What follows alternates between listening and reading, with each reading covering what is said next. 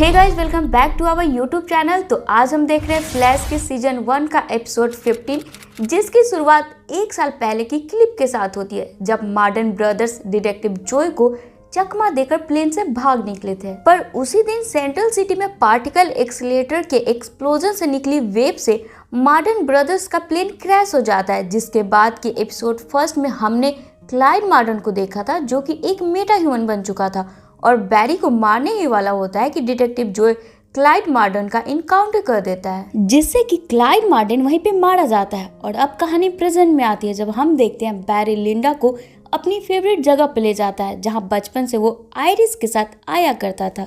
तो वहीं by luckily iris और एडी भी पहले से ही उसी जगह पे मौजूद होते हैं जहां बैरी और लिंडा पहुंचते हैं, जहां वे मिलके चारों एक साथ बहुत मजा करते हैं। तो वहीं बैरी और आयरिस को एक साथ इतना करीब देखकर उनके पार्टनर्स यानी लिंडा और एडी को बिल्कुल भी अच्छा नहीं लगता है। और अब आगे की कहानी में हम मार्क मार्डन को देख पाते हैं, जो कि क्लाइड मार्डन की तरह उसी प्लेन क्रैश से बच जाता है और क्लाइड की तरह ही एक मेटा ह्यूमन बन चुका है, जो अपने भाई के मरने की खबर सुन 6 महीने बाद अपने भाई के कातिल से बदला लेने के लिए सेंट्रल सिटी लौटा है। और अब चूंकि मार्क मार्डन को ये नहीं मालूम था कि किस ऑफिसर ने उसके भाई क्लाइड की जान ली है, जिसे पता करने के लिए मार्क अब उस डॉक्टर से मिलने जाता है जिसने उसकी भाई की पोस्टमार्टम की थी।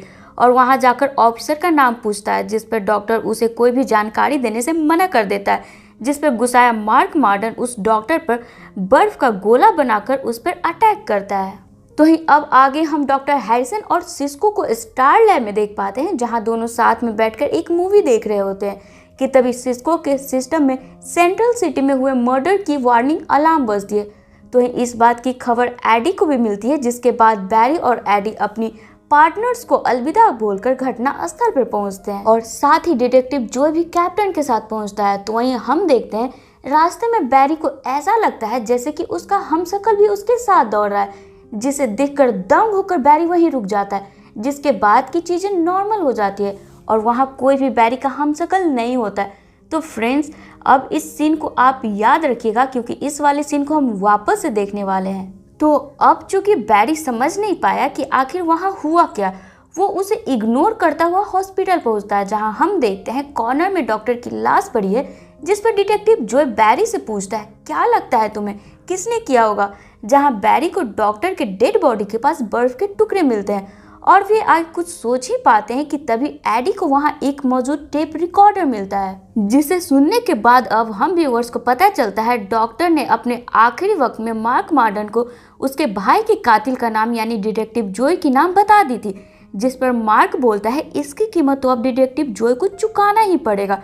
तो ही मार्क की आवाज सुन जॉय उसे पहचान लेता है, क्योंकि प्लेन क्रैश होने से पहले भी मार्डन ब्रदर्स कई बार जेल जा चुके थे, जिसे डिटेक्टिव जॉय काफी अच्छे तरीके से पहचानता था। और अब कहानी आगे बढ़ती है, जब इस नए मेटा ह्यूमन के बारे में बैरी और डिटेक्टिव जॉय अपने स्टार लैब के टीम से डिस्कस करते हैं, जिस पर डॉक्टर हैरिसन बोलता है चूंकि दोनों भाई एक साथ प्लेन क्रैश का शिकार हुए थे, दोनों का ही ताकत है वेदर को कंट्रोल करना।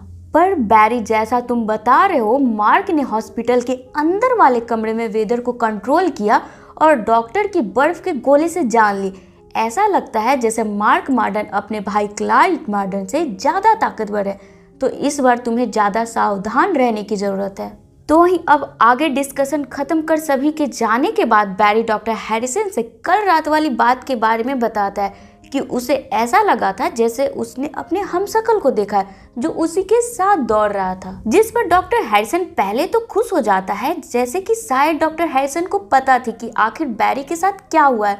पर डॉक्टर हैरिसन बैरी को बोलता है परेशान मत हो, शायद ये तुम्हारा वहम हो सकता है, इस पर ज्यादा ध्यान देने की जरूरत नहीं है। और अब अगली सुबह हम डिटेक्टिव जॉय और एडी को कैप्टन के ऑफिस में देख पाते हैं, जहां कैप्टन चाहता है डिटेक्टिव जॉय मार्क मार्डन के केस को यही पुलिस स्टेशन के अंदर ही रह के सॉल्व करे, क्योंकि बाहर जॉय को मार्क मार्डन से खतरा हो सकता है। इसीलिए कैप्टन चाहता है इस केस पर फील्ड वर्क एडी करे।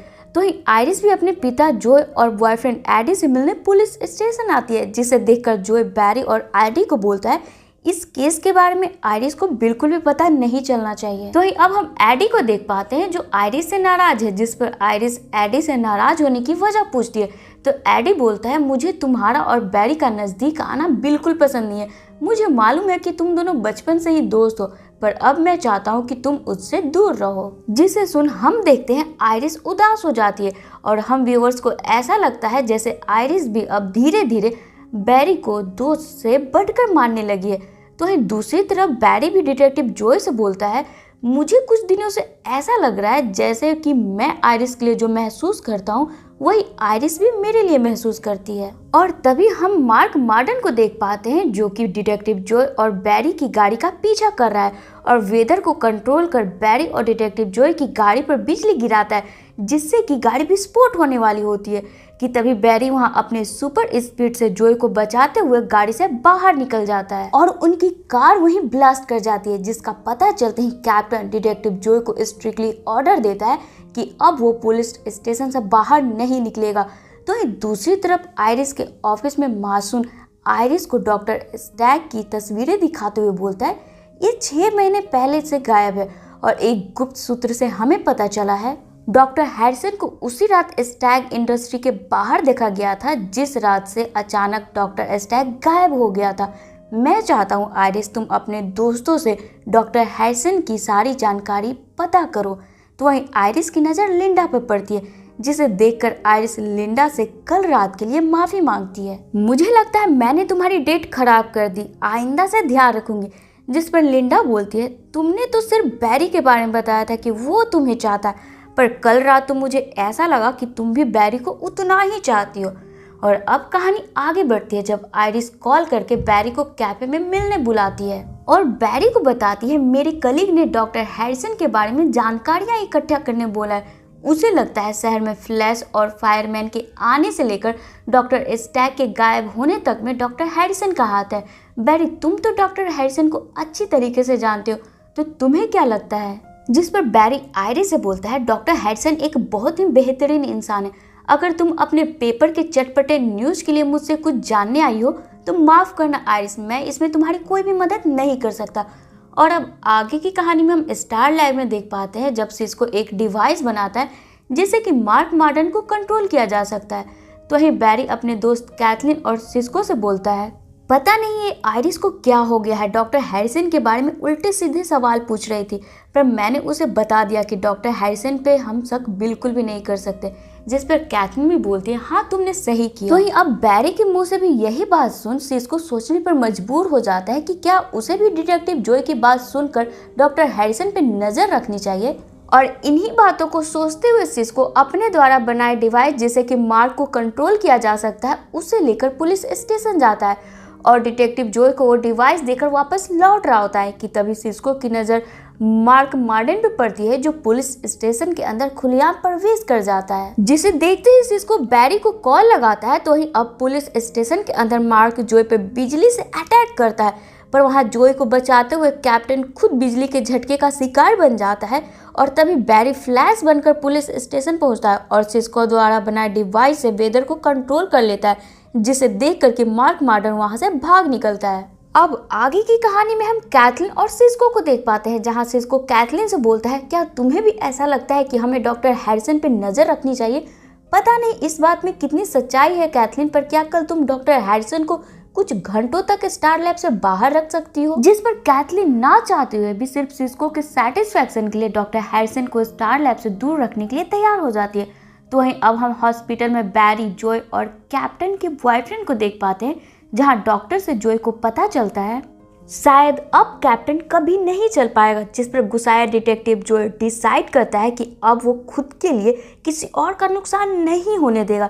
जहां बैरी को आइरिस का ध्यान रखने बोल अकेले ही मार्क को ढूंढने निकल पड़ता है। जिसके बाद कि बैरी आइरिस को ढूंढते हुए आइरिस के ऑफिस पहुंचता है, पर आइरिस पहले ही घर के लिए निकल जाती है।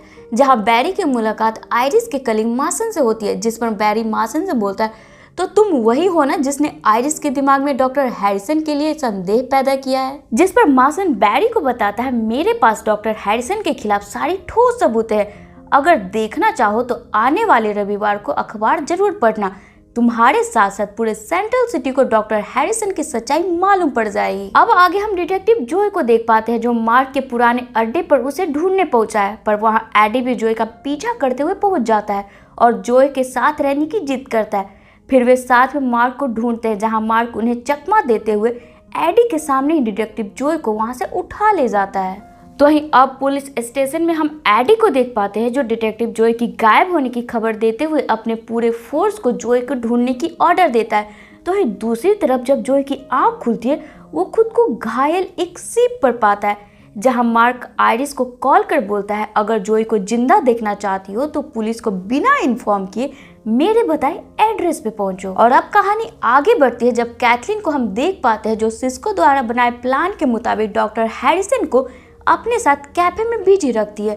तो वहीं दूसरी तरफ सिस्को अपने सिस्टम चेक करता है कि आखिर जब उसने रिवर्स फ्लैश यानी पीले सूट वाले शख्स को कैद किया था उस दिन सिस्टम में खराबी आई कहां से थी। तो वहीं दूसरी तरफ कैफे में हम डॉक्टर हैरिसन को देख पाते हैं जो कैथलीन के नर्वस चेहरे को देखकर समझ जाता है कि कैथलीन उससे कुछ छुपा रही है, जिसके बाद डॉक्टर हैरिसन कैथलीन को बिना बताए कैफे से अचानक गायब हो जाता है। तो फ्रेंड्स अब हमें इस सीजन का सबसे धमाकेदार ट्विस्ट का पता चलता है, वो ये कि दरअसल ये जो डॉक्टर हैरिसन बना हुआ है ये असल में डॉक्टर हैरिसन है ही नहीं, इसका रियल नाम एबॉर्ड थॉर्न है जो कि एडी थॉर्न का रिश्तेदार है। साथ ही एबॉर्ड थॉर्न 15 साल पहले ही असली डॉक्टर हैरिसन को मारकर खुद उसकी जगह ले चुका है, क्योंकि थॉर्न पिछले 15 सालों से इसी समय में फंसा हुआ है, जबकि एबॉर्ड थॉर्न असल में भविष्य की तारीख 2024 में रहता है।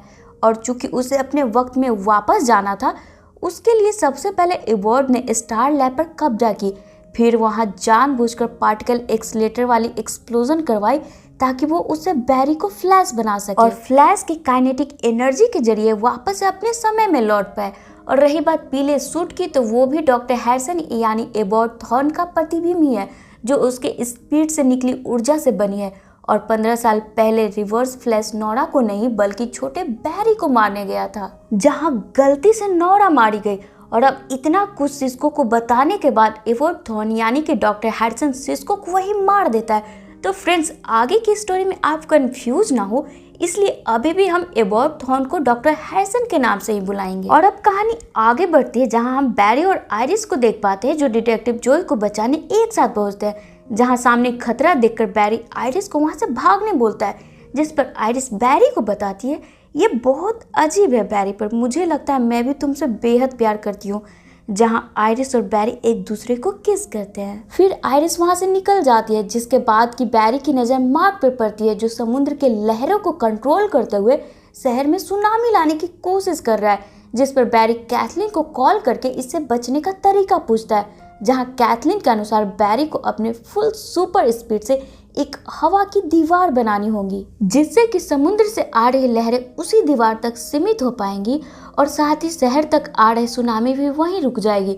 तो वहीं कैथलीन की बात सुन बैरी अब हवा की दीवार बनाने के लिए अपनी पूरी ताकत लगाकर दौड़ता है, जहां दौड़ते दौड़ते बैरी अचानक उसी जगह पर पहुंच जाता है जो हमने एपिसोड की शुरुआत में देखी है, जब बैरी को लगा था उसने अपने हमशक्ल को देखा है। और वहाँ की चीजें बिल्कुल वैसे ही होती है जो बैरी पहले ही देख चुका है। और अब इस सीन को देखते हुए हम व्यूअर्स को समझ में आता है कि बैरी इस वक्त अपने लाइफ के एक दिन पहले पहुंच चुका है। और इसी के साथ ये एपिसोड यहीं पे खत्म हो जाती है।